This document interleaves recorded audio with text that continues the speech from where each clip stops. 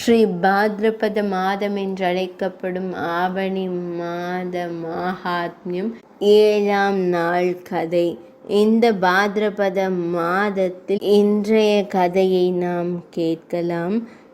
இந்த புனித நேரத்தில் பகவான் ஸ்ரீ கிருஷ்ணருடைய அழகான தெய்வீக லீலைகளை நாம் செவிமடுக்கலாம். இன்றைய பாத்ரபத மாதமான ஆவணி மாத கதை. பீஷ்ம பிதாமகர் குருதேவரே, கடவுள்கள், அசுரர்கள், கந்தர்வர்கள், நாகர்கள் மற்றும் அசுரர்களின் தோற்றங்களை விரிவாக விவரிக்கவும் என்றார். அவர்கள் எப்படி பிறந்தார்கள் என்று எனக்கு தெரியவில்லை. பின்னர் புலஸ்திய முனிவர் கூறினார், குருதேவரே, முன்பு பிரஜாபதியின் படைப்பு தீர்மானம், பார்வை மற்றும் தொடுதல் மூலம் செய்யப்பட்டது என்று அறியப்படுகிறது. ஆனால் பிரச்சேதர்களின் மகனான பிரஜாபதி தக்ஷனுக்கு பிறகு உடல் உறவு மூலம் மக்களை படைக்க தொடங்கியது.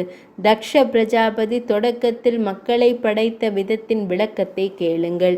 முந்தைய விதிகளின்படி சங்கல்பம் போன்றவற்றின் மூலம் கடவுள்கள், முனிவர்கள் மற்றும் அரவங்களை அவர் சுத்திகரிக்க தொடங்கிய போது, ஆனால் மக்கள் தொகை அதிகரிக்கவில்லை.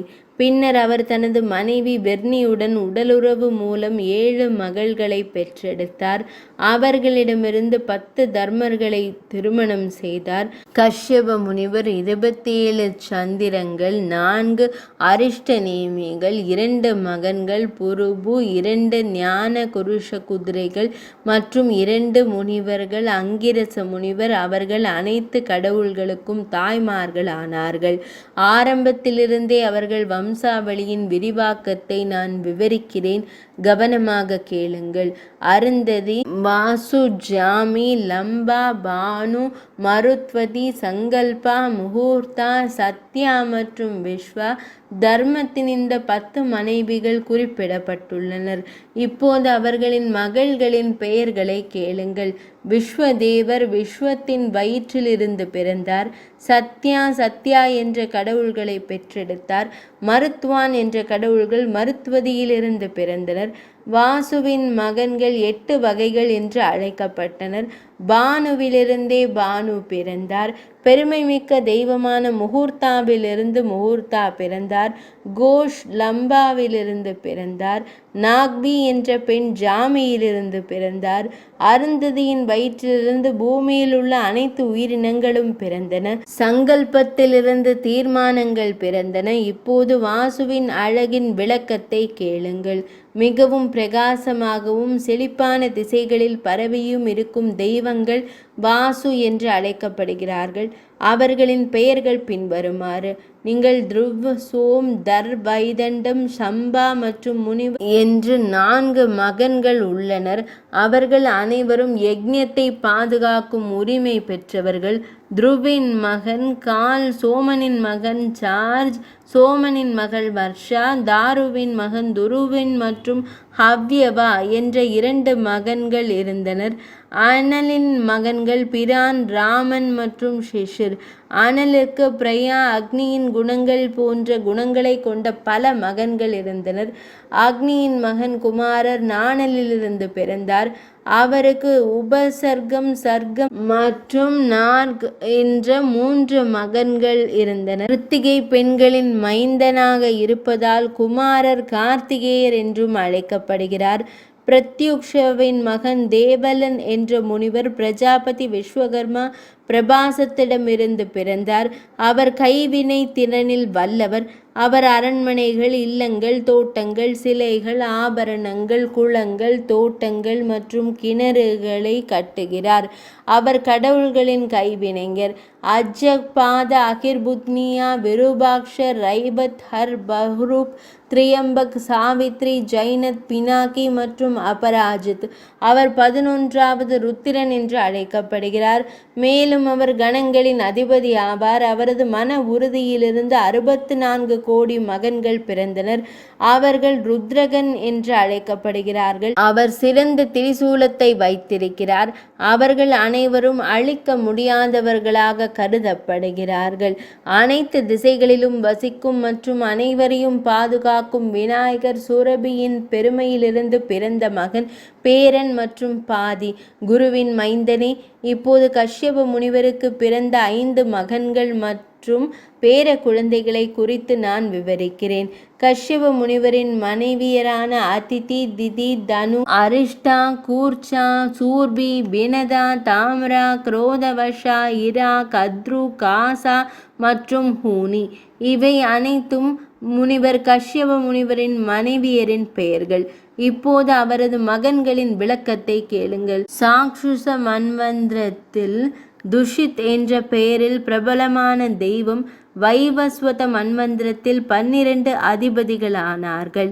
அவர்களின் பெயர்கள் தேவேந்திரன், தாதா, பாக்தா, துவஷ்டா, மித்ரா, வருணன், அர்ஹமா, விவஸ்வான், சபிதா, பூஷா, அன்சுமான் மற்றும் விஷ்ணு.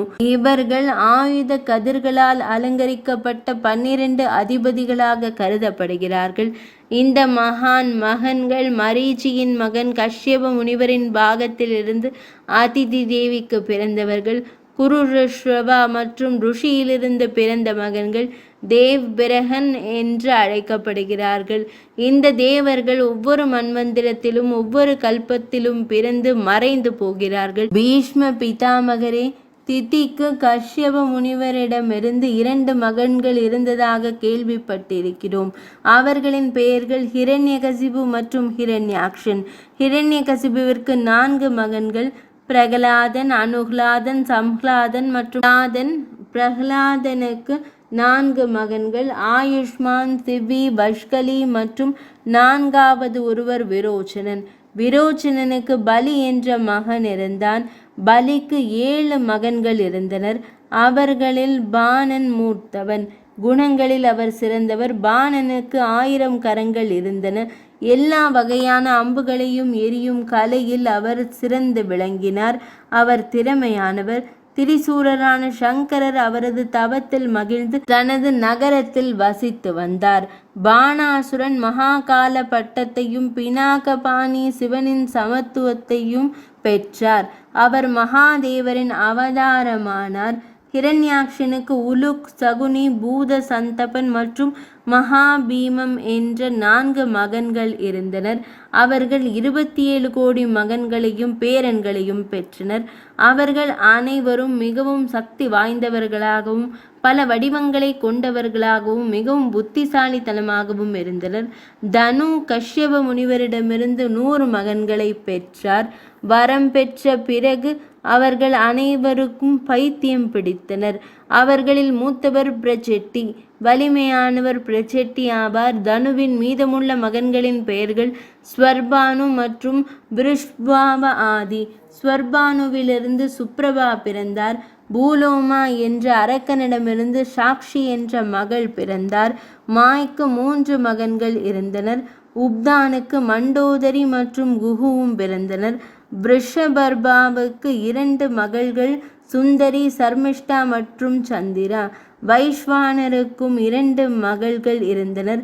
பூலோமா மற்றும் கல்கா. இருவரும் மிகவும் சக்தி வாய்ந்தவர்களாகவும் பல குழந்தைகளை பெற்றவர்களாகவும் இருந்தனர்.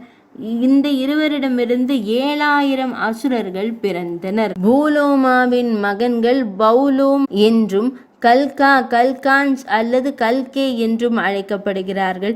பிரம்மதேவரிடமிருந்து வரம் பெற்ற பிறகு அவர்கள் மனிதர்களால் வெல்ல முடியாதவர்களாக மாறினர். ஹிரண்யபுரத்தில் வாழ்ந்தனர். இருப்பினும் அவர்கள் அனைவரும் அர்ஜுனரால் கொல்லப்பட்டனர். விப்ரசித்தி சிஹிகனின் வயிற்றில் இருந்து ஒரு கடுமையான மகனை பெற்றெடுத்தார். அவர் சைஹி அல்லது ராகு என்ற பெயரில் பிரபலமானவர். ஹிரண்யகசிபுவின் சகோதரி சிம்ஹிகாவிற்கு 13 மகன்கள் இருந்தனர். அவர்களின் பெயர்கள் கம்சங், நால், வாதாபி, இல்வலன், நமூச்சி, கஷ்ரமம், அஞ்சனம், நரகன், கல்னா, பர்மன், கல்பவீரியர் மற்றும் தனுவான். ஸ்விவர்தன். நிவாதக மகன்கள் சங்கர தைத்தியரின் வம்சாவளியில் பிறந்தனர். அவர்கள் விகந்தர்வர்கள், அரவங்கள், அசுரர்கள் மற்றும் அனைத்து உயிரினங்களுக்கும் வெல்ல முடியாதவர்கள். ஆனால் துணிச்சலான அர்ஜுனன் அவர்களை போர்க்களத்தில் பலவந்தமாக கொன்றான். தாம்ரா கஷ்யப முனிவரின் விந்திலிருந்து 6 மகள்களை பெற்றெடுத்தார். அவர்களின் பெயர்கள் சுகி, சேனி, பாசி, சுக்ருதி, கிருத்திகா மற்றும் சுச்சி. சங்கி, சுகா மற்றும் உல்லோ என்ற பறவைகளை பெற்றெடுத்தார். சேனி ஷேனோ அதாவது பருந்துகளை பெற்றெடுத்தார். மேலும் பாசி, குரா என்ற பறவைகளை பெற்றெடுத்தார். கிருத்தி ஸ்ருதியை பெற்றெடுத்தார். சுக்ருதி புறாக்களை பெற்றெடுத்தாள். சுச்சி அன்னங்கள், பறவைகள் மற்றும் பறவை இனங்களை பெற்றெடுத்தாள். சரஸ், கரண்டா மற்றும் பலப் என்ற பறவைகள் பிறந்தன. இது தாம்ரனின் சந்ததியினரின் விளக்கம். இப்போது வினதையின் குழந்தைகளின் விளக்கத்தை கேளுங்கள். பறவைகளில் சிறந்த கருடன் மற்றும் அருணன் வினந்தையின் சிறுவர்கள் ஆவார்கள். அவர்களுக்கு சௌதாமணி என்ற மகள் உள்ளாள். அவர்கள் வானத்தில் பிரகாசிப்பதை காணலாம். அருணனுக்கு சம்பாதி மற்றும் ஜடாயு என்ற 2 மகன்கள் இருந்தனர். சம்பாதியின் மகன்களுக்கு பாப்ரு மற்றும் ஷிக்ராக் என்று பெயரிடப்பட்டது. அவர்களில் ஷிக்ராக் பிரபலமானவர். ஜடாயுவுக்கு கர்ணிகர் மற்றும் ஷட்கா என்ற 2 மகன்களும் இருந்தனர். அவர்கள் இருவரும் பிரபலமானவர்கள். இந்த பறவைகளுக்கு எண்ணற்ற மகன்களும் பேர குழந்தைகளும் இருந்தனர். சுரசனின் வயிற்றில் இருந்து 1000 பாம்புகள் பிறந்தன. தாம்ரதாவை வளர்த்த கத்ரு 1000 தலைகளுடன் 1000 பாம்புகளை மகன்களாக பெற்றாள்.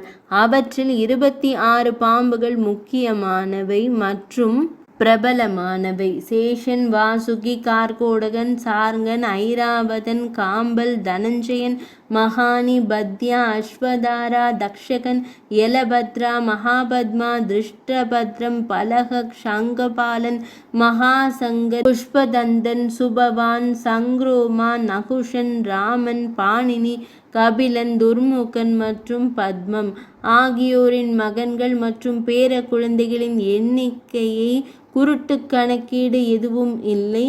இந்த பாம்புகளில் பெரும்பாலானவை கடந்த காலத்தில் மன்னர் ஜனமேஜயனின் யக்ஞ மண்டபத்திற்கு அனுப்பப்பட்டன. கோபத்தில் அவர் சாங்கியா என்ற அரக்கர்களின் குழுவை உருவாக்கினார். அவர்களில் 10 பேர் பீமசேனனால் கோபத்தில் கொல்லப்பட்டனர். சூர்வி காஷ்யப் பகுதியிலிருந்து ருத்ரர்கள், பசுக்கள், எருமைகள் மற்றும் அழகான பெண்களை பெற்றெடுத்தார். முனிவரிடமிருந்து முனிவர்கள் மற்றும் அப்சரஸ் குழு தோன்றியது. அரிஷ்டர் பல கிண்ணறர்களையும் கந்தர்வர்களையும் பெற்றெடுத்தார். இராக்கள், சீதைகள், மரங்கள், கொடிகள் மற்றும் புதர்கள் இவை அனைத்தும் பிறந்தன. அவர்கள் கோடிக்கணக்கான அசுரர்களையும் யக்ஷர்களையும் பெற்றெடுத்தனர். பீஷ்ம பிதாமகரே, இந்த சாக்ரோக்களும் ஆயிரக்கணக்கான கோடிகளும் கஷ்யப முனிவரின் குழந்தைகளாவர். இந்த ஸ்வாரோச்யாக்கள் மன்வந்திரத்தின் படைப்பு என்று கூறப்படுகிறது. கடைசியாக திதி கஷ்யப முனிவரிடமிருந்து 49 மருத்கணங்களை உருவாக்கினார். அவர்கள் அனைத்து மதங்களையும் அறிந்தவர்கள் மற்றும் கடவுள்களால் நேசிக்கப்படுகிறார்கள். இந்த கதையை கேட்ட பின்னர் பீஷ்ம பிதாமகர் மீண்டும் ஒரு கேள்வியை கேட்டார். அந்த வினா யாதெனில் மருத்கணங்களை குறித்தது. அவர்கள் எப்படி பிறந்தார்கள், மன்வந்திரம் எப்படி தோன்றியது என்பது குறித்தது. இவை அனைத்தையும் அடுத்த அத்தியாயத்தில் நாளை காணலாம் என்றவர் கூறினார். பாத்ரபத மாஹாத்மியம் என்றழைக்கப்படும் ஆவணி மாத மாஹாத்மியத்தின் 7ஆம் நாள் கதை இனிதே நிறைவடைந்தது.